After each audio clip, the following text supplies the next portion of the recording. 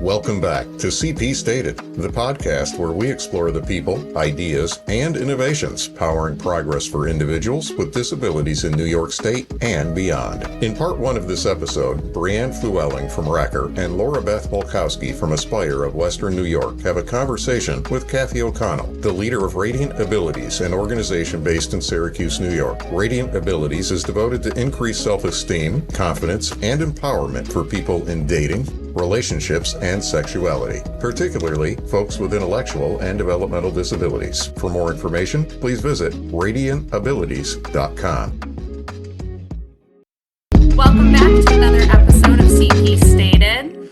I'm Brianne Flewelling, and I'm here with... Hi, I'm Laura Beth Malkowski. I'm waving at the camera, and I'm from Aspire of Western New York. And we're here with a special guest today. Hi, I'm Kathy O'Connell from Radiant Abilities in Syracuse, New York. Awesome. We are just getting together today to just talk about how we can empower people with disabilities to navigate dating and relationships with confidence. A couple things that you might take away today from listening through our podcast. We're going to talk a lot about self-advocacy, confidence gaps, and breaking stereotypes. We're here with Kathy O'Connell. She is a counselor, coach, speaker, and founder of Radiant Abilities, a platform empowering individuals with disabilities in the realm of relationships, dating, and self-worth. And Kathy, we are so excited to have you today. Can you tell us a little bit about your journey personally and professionally and how Radiant Abilities was born? Sure, I would love to. Thank you, Brianne. So I began reading abilities, oh my gosh, nearly 30 years ago. But I began it as a private counseling practice. And at the time I worked exclusively with people with various disabilities. And I would hear in my office over and over, I would really love a boyfriend, girlfriend, a companion, someone to share my life with. And then it would always follow by, but I have a disability, but who would love me? And every time I heard it in my office, it broke my heart. Probably because at the same time, I was much younger than I am now and single and trying to figure out dating for myself. So I went through many years personally of heartache and trials and tribulations in the dating scene, and even working on it in therapy.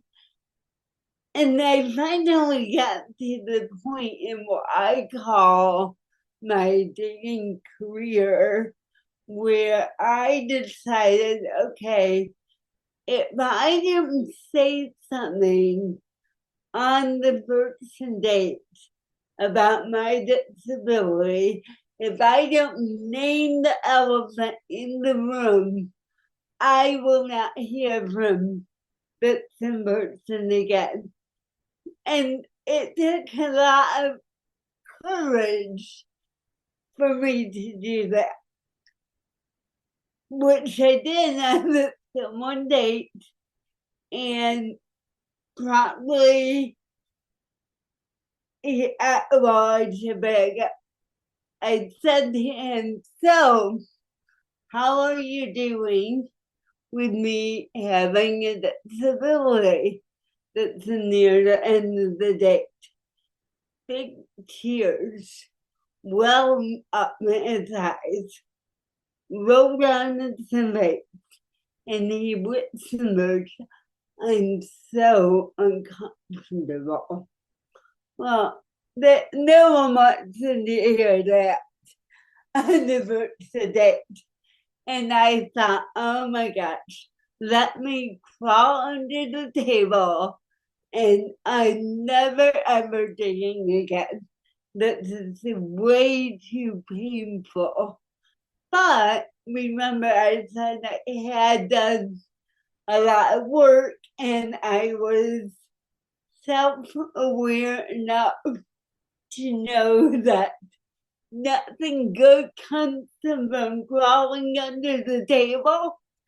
So I took a deep breath and I said, well, you know what? I had cerebral palsy.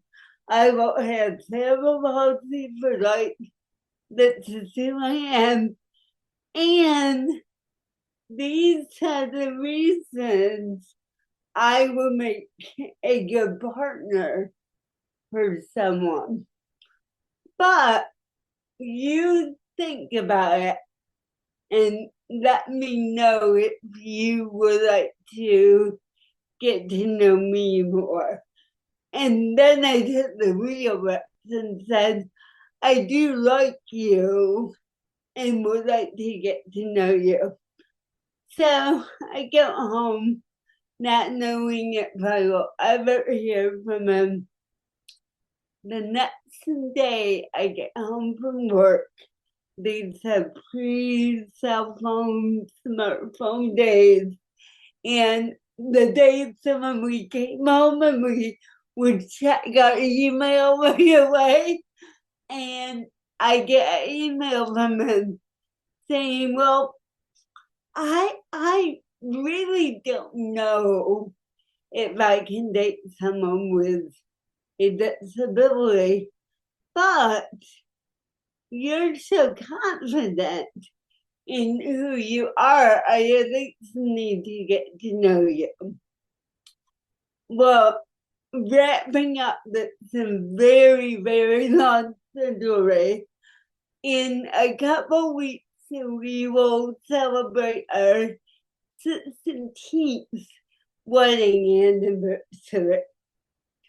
And what that taught me, of course, it changed my personal life, but it really taught me that dating and relationships for everyone, but especially for people with disabilities, it's just a set of skills that most people have the potential to learn. And those skills can begin with self-esteem and confidence in who you are. And I love that because that's across the board, just to have that emotional intelligence, to have those types of conversations, and to then also, be confident enough to yourself to be like, if this isn't for you, like, you don't have to be for me.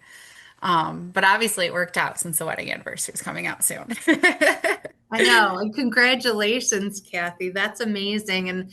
And Brianne, I was thinking exactly the same thing. I think this is such a great thing for all of us to be aware of through our dating paths. I think about a lot of people I dated when I was younger. And when I was younger, I used to be whatever that person needed me to be. And now when I'm in my marriage, similar to you, I am the true me, good, bad, or indifferent. And I totally agree that transparency in any relationship and giving it to people straight is the way to help to build that healthy beginning. Right. And they might say, I don't think we empower people with disabilities to Correct. do that. Correct. I think we're still conditioned to worry about taking care of others and how they are going to react to our disability. Yeah, it's really making that goal of building confidence and not creating fear while building that confidence. And I know that's something we chatted about when prepping for this episode today, which is perfect, kind of segueing us into, we've talked about how, and you've talked about how there's a confidence gap, being confident in life, but not necessarily in dating. And why do you think that's such a common, you know, issue or challenge within individuals with disabilities? And I think it's a very common challenge in people also without disabilities because in dating is a whole other level of vulnerability. You know, like I know most of us want friends, and if a potential friend rejects us, that yes, that hurts, but not quite on the level of someone that you have syndrome feelings about, that you are hoping likes you in the same way. It's a deeper level of acceptance when we're looking for people we date or choose to have relationships with. No, and that's great. Excuse me. I am the one now with the tickle in my throat. Yeah, I know. That's something I really, I feel like is something everyone struggles with. I even have a best friend right now who's around my age and, mid to late 20s. And every time something happens, she's like, I'm done dating forever. This isn't for me. And, it's like that for a couple weeks, and then we meet someone or the dating apps start and we keep on going because, each time you can build that confidence or it can also take you down a little as you're going through this route of dating other people. Yeah, It's and scary.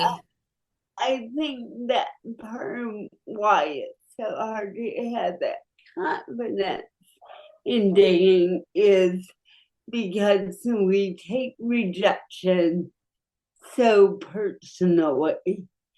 And I know in my work with people with disabilities, it can be very easy to think, oh, they're rejecting me because I use a wheelchair or I look different. And what I do when I coach people is I have them think about rejection like mint chocolate chip ice cream. No, Laura, Brianne, how do you feel about mint chocolate chip ice cream? That's like the place where people hate it or love it. I love mint chocolate chip ice cream. That's actually one of my favorite ice creams. Okay. Not a fan. Not a fan. If you said chocolate chip, different story, but mint But, chocolate chip, but correct. yeah, I'm totally on board with you, Laura. And for me, it's all about that green color that I can't put it in my mouth. But my point is, like you, Brian, some people love mint chocolate chip ice cream, and then other people hate it. But it doesn't really say anything about the ice cream itself. It's all about your preference. And that really is what rejection is. It's someone indicating a preference. That That's is so such incredibly healthy. Oh my gosh. I'm going to be talking about mint chocolate chip ice cream I every know. time that's like the topic of, you're just the wrong ice cream flavor and it's okay. Wait till that Sure. you like you'll find the person where you're their favorite ice cream flavor. Mhm. I love that. I've never heard that analogy before. That is great.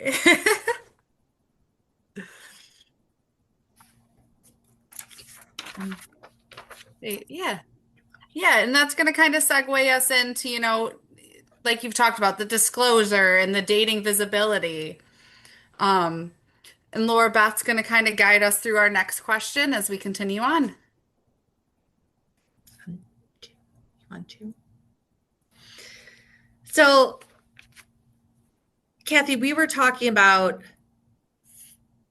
at the beginning, you were talking about you have an episode titled Coming Out Disabled in Dating. And that's extremely powerful phrase. Can you give us kind of unpack that for us and explain what that means and what that means to you? So, as a person with a disability and in the professional for 35 years today, it's my 35 work anniversary in the field. I have noticed it's someone who has a lot of people in my personal life who are in the LGBTQ community, and watching that community.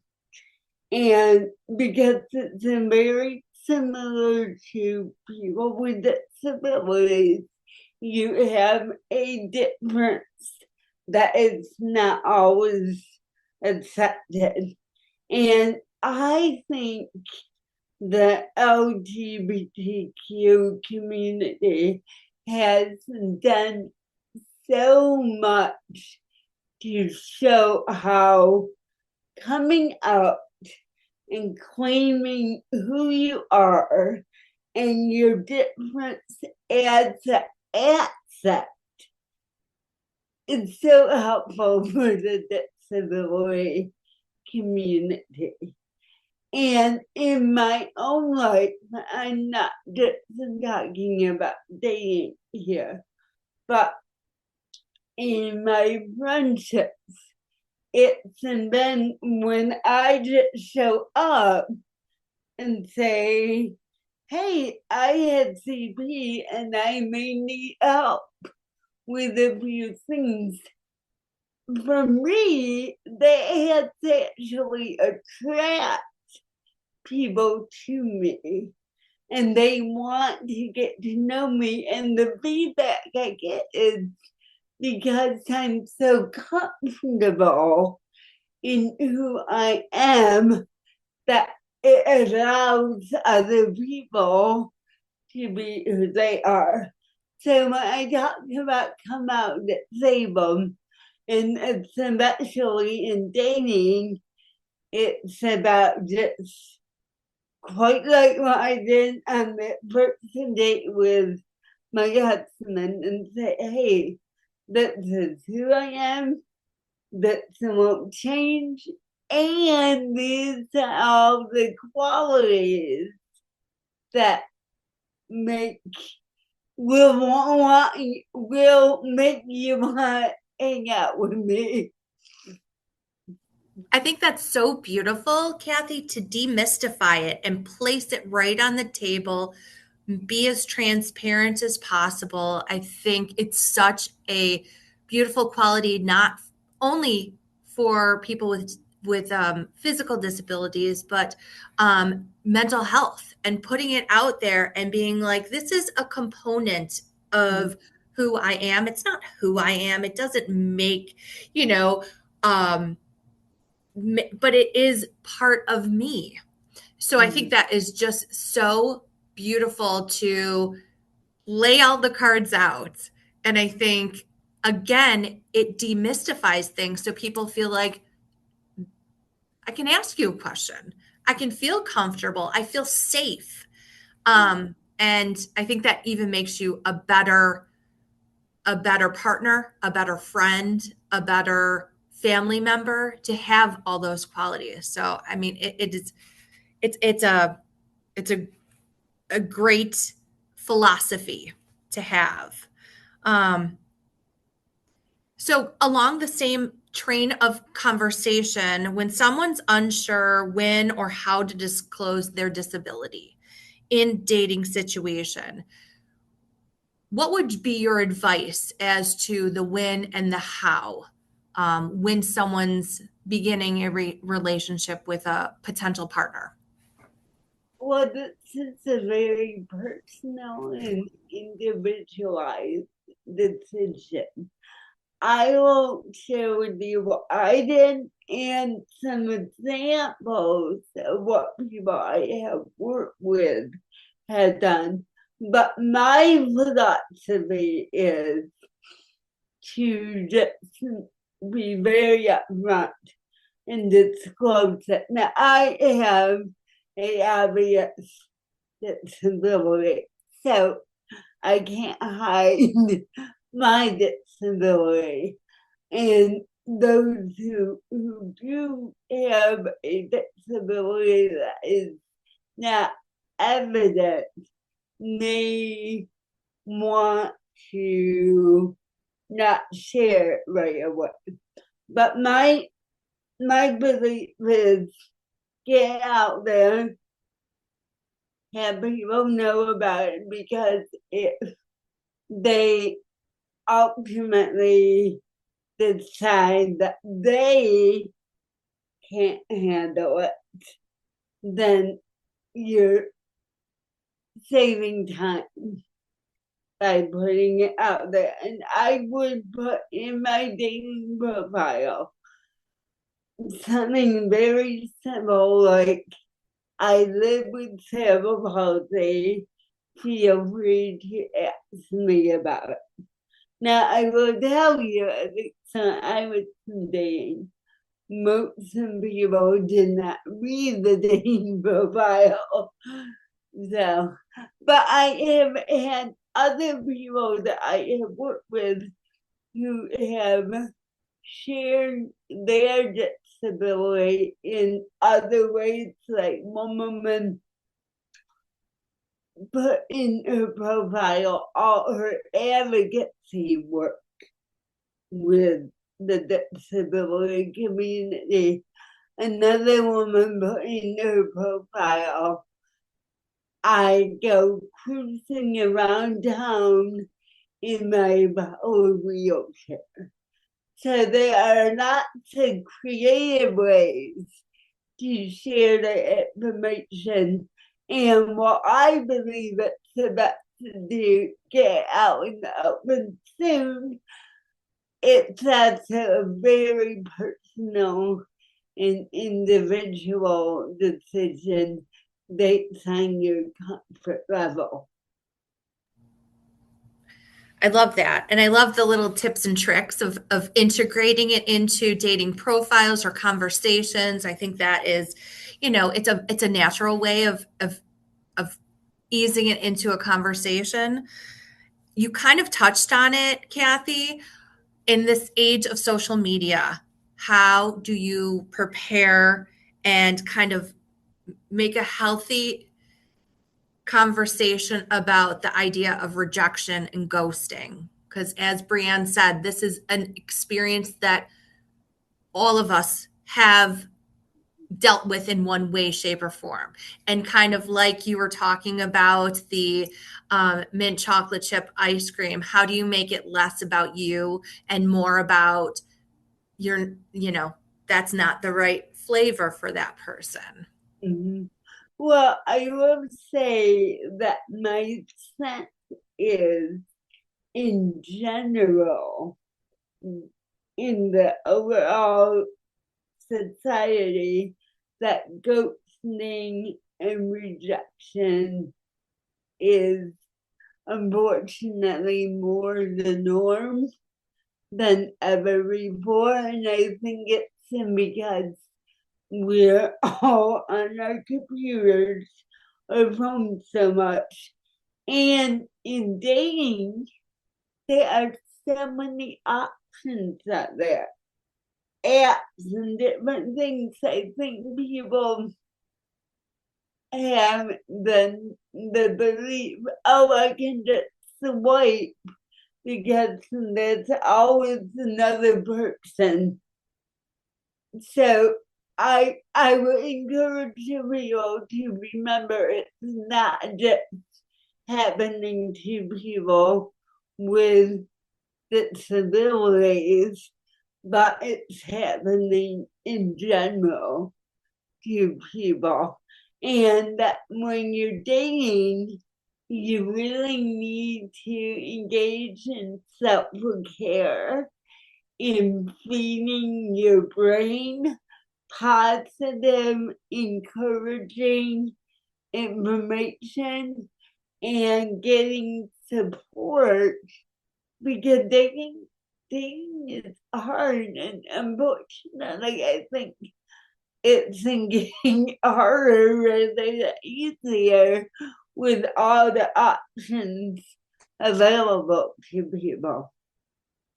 My best friend reminds me at least once a week that I need to be happy I met my husband when I did, because it's rough out there now. And I apologize every single time to her because she reminds me how rough the dating world currently is, disability or not, with everything and the computers and phones and everything. I feel like we're just kind of going down a different path than it was, 20 years ago, 10 years ago. And that But kind of ties in.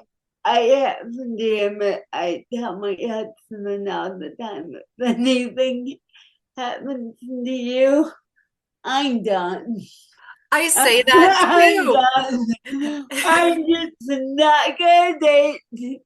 I'll be alone with my books and I'll be good. That is literally what I say. And then my husband reminds me I'm in my 20s and there's plenty of time, but I tell him there's no life after him. So he should be happy with that, which is kind of, great. I really would love to talk about, debunking sexual ableism and media myths. We're in the world of phones and technology, and I have an employee who's 19 talking to me about ChatGPT. Every single time I ask her a question, she pulls up her phone. She goes, "1 second, let me look." And I'm like, no, no, no, I want you to answer. So it's great. And it's great, those fun little things that we have.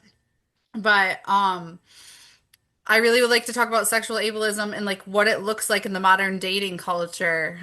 Because one thing I follow a couple different like YouTubers, TikTok, different places like that. And it's usually an individual with a physical disability and neurotypical walking alongside, and they're like, we'll do the videos, and they're like, all right, everyone's asking us how we have sex, and they do the videos and they show, and it's great because they're like, this is awkward, but this is my life, and you guys are asking, so here you go. So they show the rocking chairs and the different types of modified things, and for me, I love to see those different things like that because it's putting it out there. It's not a taboo or something that we're like, I wonder how that happens. Well, it's up to them to share that information. But it's also nice, to educate the world, especially, the hecklers that are probably commenting on their posts every single day. So yeah, so I was just, on your field, I'm sure that's a big thing, and how individuals are starting to navigate to talk about, is this something for me? Thank you for tuning in to part 1 of this discussion with Kathy O'Connell. Please listen to part 2 of our interview, and don't forget to catch all the CP Stated and CP Short Stated episodes on Spotify and Apple Podcasts. New and exciting topics will be shared in both audio and video formats as we continue to explore the disability service field.